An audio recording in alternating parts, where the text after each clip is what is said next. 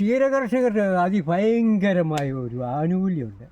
ഓണമധുരം കഴിഞ്ഞ വർഷം ഒരു കർഷകന് 300 രൂപ. കഴിഞ്ഞ വർഷം ഞാൻ ഒരു മെസ്സേജ് വിട്ടു ബ്ലോക്ക് ഓഫീസർക്ക്. കൊല്ലപ്പള്ളി ക്ഷീരോത്പാദക സംഘത്തിൽ അതിനകത്ത് ബ്ലോക്ക് ഓഫീസറും എല്ലാം ഉണ്ട്. ഒരു ഇന്ത്യൻ ടൈ മേടിക്കാനുള്ള എങ്കിലും തരണേന്ന്. ഇന്ത്യൻ ടൈ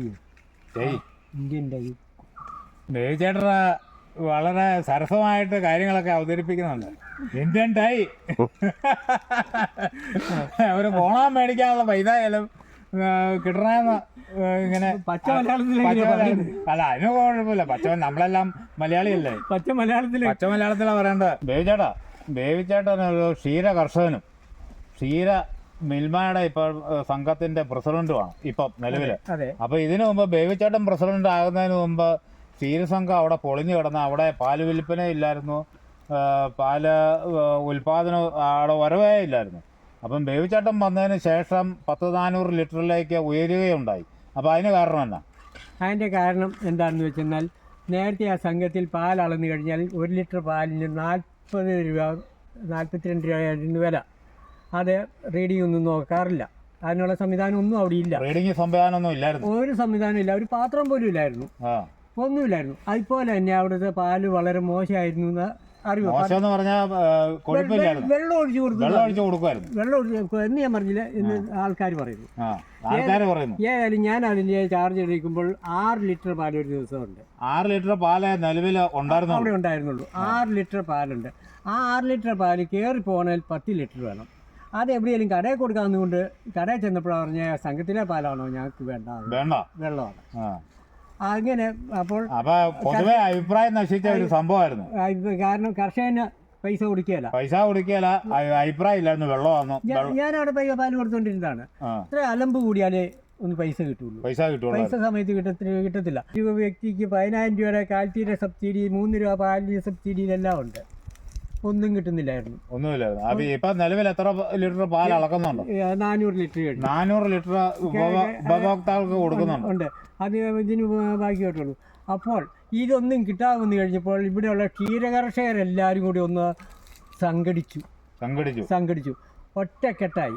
ഇന്ന് കൊല്ലപ്പള്ളി ക്ഷീരോത്പാദക സംഘത്തിന്റെ പ്രസിഡന്റിന്റെ സ്ഥാനത്ത് ഞാൻ ഇരിക്കുന്നെങ്കിലും ഞാനല്ല പ്രസിഡന്റ്. പിന്നെ ഓരോ കർഷകനും പ്രസിഡന്റ് എന്ന് പറഞ്ഞാൽ അവർക്ക് ഇതിന്റെ കാര്യങ്ങളൊക്കെ നോക്കാനുള്ള അധികാരമുണ്ട്. അവരാണ് ഈ സംഘം മുന്നോട്ട് കൊണ്ടുപോകുന്നത്. അപ്പൊ ഈ പാലളക്കുന്നവരാണ് ഇത് നിയന്ത്രിക്കുന്നത്. അവരാണ്.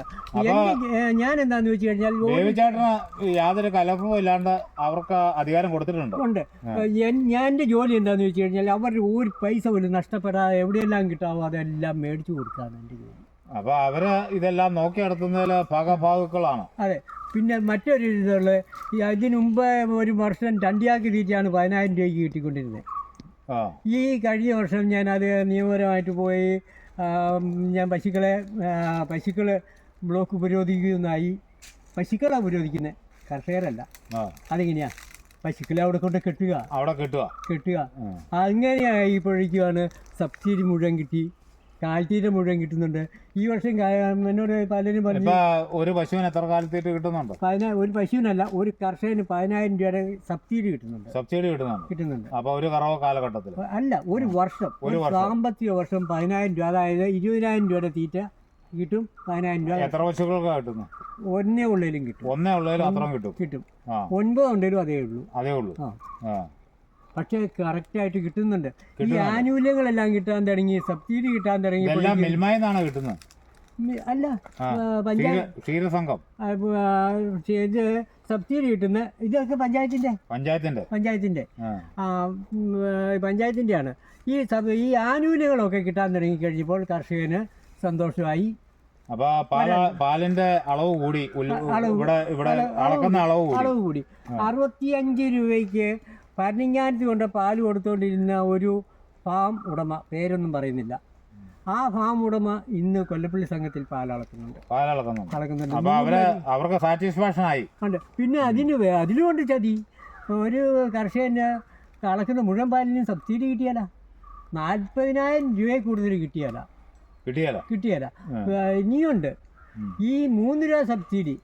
നേരത്തെ ബ്ലോക്കിനുണ്ടായിരുന്നു വീതം, ബ്ലോക്കിൻ്റെ ഇപ്പോൾ ഇല്ല, ഇപ്പോൾ പഞ്ചായത്തിൻ്റെ ഉള്ളൂ.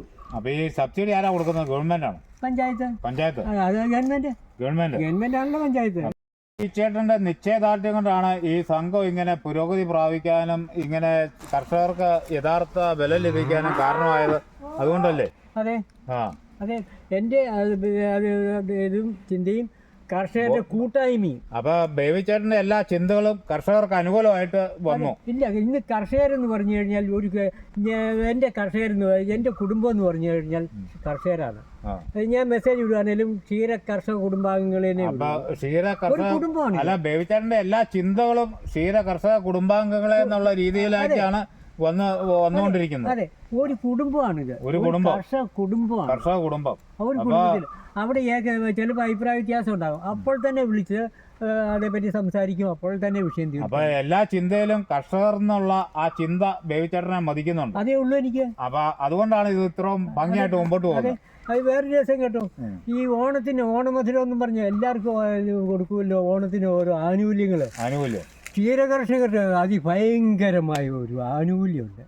ഓണമധുരം കഴിഞ്ഞ വർഷം ഒരു കർഷകന് 300 രൂപ. കഴിഞ്ഞ വർഷം ഞാൻ ഒരു മെസ്സേജ് വിട്ടു ബ്ലോക്ക് ഓഫീസർക്ക്. കൊല്ലപ്പള്ളി ക്ഷീരോത്പാദക സംഘത്തിൽ അതിനകത്ത് ബ്ലോക്ക് ഓഫീസറും എല്ലാം ഉണ്ട്. ഒരു ഇന്ത്യൻ ടൈ മേടിക്കാനുള്ള എങ്കിലും തരണേന്ന്.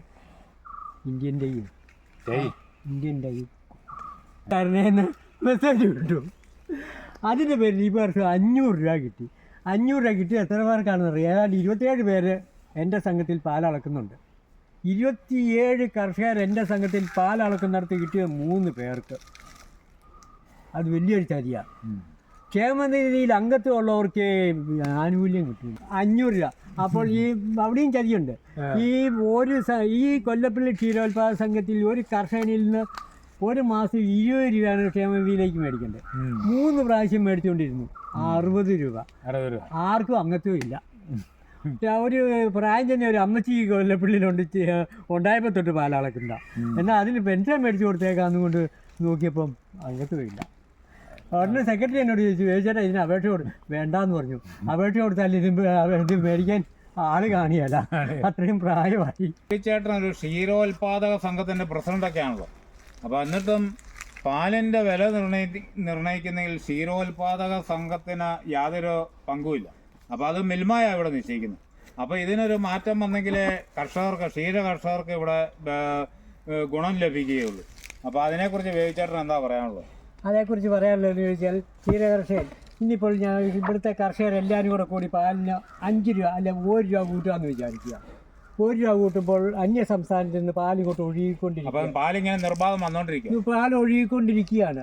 അപ്പോൾ പിന്നെ ഇവിടെ ഉണ്ടാക്കുന്ന പാല് ആർക്ക് വേണം? അപ്പൊ അന്യ സംസ്ഥാനത്ത് നിന്ന് പാല് നിർത്താത്തിടത്തോളം കാലം ഇവിടുത്തെ പാലിന് വില കൂട്ടാൻ. അപ്പൊ അവിടെ പാല് വില കുറച്ച് ഇങ്ങോട്ട് കേരളത്തിലേക്ക് അടിക്കാൻ കാരണം അവിടെ ഓക്ക ഉൾപ്പെടെയുള്ള തീറ്റകൾക്ക് വില കുറവാണ്. അത് മാത്രമല്ല നമ്മുടെ ഈ നാട്ടിൽ തന്നെ കേട്ടറിവാണ്, എനിക്ക് കണ്ടിട്ടില്ല. 1 ലിറ്റർ പാലിന് 25 രൂപയ്ക്ക് കൊടുക്കാവുന്ന രീതിക്ക് പാലുണ്ടാക്കുന്നുണ്ടെന്ന് അറിയുന്നുണ്ട്. അപ്പൊ അത് യഥാർത്ഥ പശുവിന്റെ പാലല്ല, പാൽപ്പൊടിയൊക്കെ കലക്കുന്നതാണ്. പാൽപ്പൊടിയല്ല, അത് എന്തൊക്കെയാ കൂട്ടുണ്ട്. അതൊരു കൃത്രിമ പാലെന്ന് പറഞ്ഞാൽ കെമിക്കൽ എല്ലാം കൂടെ കൂട്ടി ആഡ് ചെയ്ത് ഉണ്ടാക്കുന്ന ഒരു സംഭവമാണ്. ഈ കഴിഞ്ഞ ദിവസം എൻ്റെ വീടിന് തൊട്ടടുത്ത് വഴിയിൽ ഒരു കവർ പാല് പൊട്ടിക്കിടന്നു. 3-4 ദിവസമായപ്പോഴും ആ പാൽ അവിടെ ഒരു കേടുമായാതെ കിടപ്പുണ്ട്. അപ്പൊ അത് ടെസ്റ്റ് ചെയ്യാനുള്ള ഒരു സംവിധാനം കേരളത്തിൽ ഇല്ല. ഉണ്ടെങ്കിലും ചെയ്യത്തില്ല. അതൊരു സംഘടിത ലോബിയാ. അതെ. അപ്പൊ അത് നിരോധിച്ചെങ്കിൽ മാത്രമേ കേരളത്തിലെ പാലിന് വില കിട്ടുള്ളൂ. കേരളത്തിലെ പാല് കേരളത്തിൽ ചെലവാകണമെങ്കിൽ അന്യ സംസ്ഥാനത്തെ പാലുണ്ട്. അപ്പൊ നല്ല പാല് ഇവിടെ കിട്ടുമെങ്കിൽ ഒരു 75-80 രൂപ കൊടുത്ത് മേടിക്കാനും ഇവിടുത്തെ ജനം തയ്യാറാണ്. അല്ല, ഇന്ന് ഈ പശുവിൻ്റെ പാലിന് കിട്ടുന്ന കൊല്ലപ്പള്ളി സംഘത്തിലല്ല, മറ്റു സംഘങ്ങളിലാണ് പറയുന്നത് ഏറ്റവും കൂടുതൽ 44 രൂപയാണ്. കൊല്ലപ്പള്ളിയിൽ അത് 58 രൂപ വരെ കൊടുക്കുന്നുണ്ട്. 58 രൂപ 58 രൂപയ്ക്ക് വിപണിയിൽ കൊടുക്കുന്നുണ്ട്. കർഷകന് കൊടുക്കുന്നുണ്ട്. 58 രൂപ വരെ കർഷകനിൽ നിന്ന് വില കൊടുത്ത് വാങ്ങുന്നുണ്ട്. അപ്പൊ അത് എത്ര രൂപയ്ക്ക് നമ്മൾ വിൽപ്പന നടത്തും? 60 രൂപ. അപ്പൊ അതിന് മേടിക്കാനും ആൾക്കാർ തയ്യാറാണ്. അതെ. ഈ കൊല്ലപ്പള്ളി സംഘത്തിൽ ഞാനാണ് പാലിന് കർഷകരാണ് പാലിന് വില കൂട്ടിയത്. 60 രൂപ ആക്കിയത്. അപ്പൊ അത് കർഷകര് 60 രൂപ ആക്കുന്ന സമയത്ത് ഇത് വാങ്ങുന്നവർ പറഞ്ഞു നിങ്ങൾ ഇത് കൂട്ടിയാൽ മതിയോ എന്നാണ്. അപ്പൊ വാങ്ങുന്നവര് നമ്മളോട് സഹകരിക്കുന്നുണ്ട്. അപ്പൊ അവർക്ക് കർഷകന്റെ ബുദ്ധിമുട്ട് അറിയാം. അപ്പൊ 60 മതിയോ ഇനിയും കുറച്ചും കൂടെ തരാനും അവര് തയ്യാറാണ്. അവര് വില കൂട്ടാൻ തയ്യാറാണ്. ഗവൺമെന്റ് സമ്മതിക്കുന്നു. അപ്പൊ ഈ ഗവൺമെന്റിൽ നിന്ന് ഈ അധികാരം നമുക്ക് എടുത്തു മാറ്റണ്ടേ? ആ അധികാരം ഏറ്റെടുത്ത് മാറ്റിയെങ്കിൽ ഇപ്പൊ വ്യവസായിക ഉൽപ്പന്നങ്ങൾക്ക് ഇപ്പം വ്യവസായി ഒരു ഉൽപ്പന്നം ഇവിടെ ഉൽപ്പാദിപ്പിക്കുകയാണെങ്കിൽ അതിന്റെ വില നിശ്ചയിക്കുന്നത് വ്യവസായിയാണ്. അതെ, അല്ലാണ്ട് സർക്കാരല്ല. അപ്പൊ ഈ കർഷകനെ ചൂഷണം ചെയ്യാണ്, കർഷകനെ കൊള്ളയടിക്കുകയാണ്. അതിന്റെ ഒരു പാളയംകുടമാണ് തീരെ നിസാരം മാന്തി വെച്ച് അത് 1 വർഷം പൊന്നുപോലെ പൊതിഞ്ഞ് കാത്തു സൂക്ഷിച്ച് കൊല വെട്ടി വ്യാപാരിയുടെ അടുക്കൽ കൊണ്ടുവരുമ്പോൾ ആരാണ് വിലയിടുന്നത്? നിങ്ങളാണോ വ്യാപാരി? നമ്മളല്ല വിലയിടുന്നത്, വ്യാപാരിയാണ് വിലയിടുന്നത്. ഇല്ല.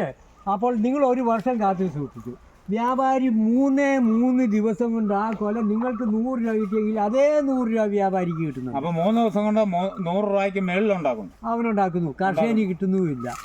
അതാണ് ഇന്ന് ഇവിടുത്തെ കേരളത്തിന്റെ രീതി. അതൊരു യാഥാർത്ഥ്യം കേട്ടോ.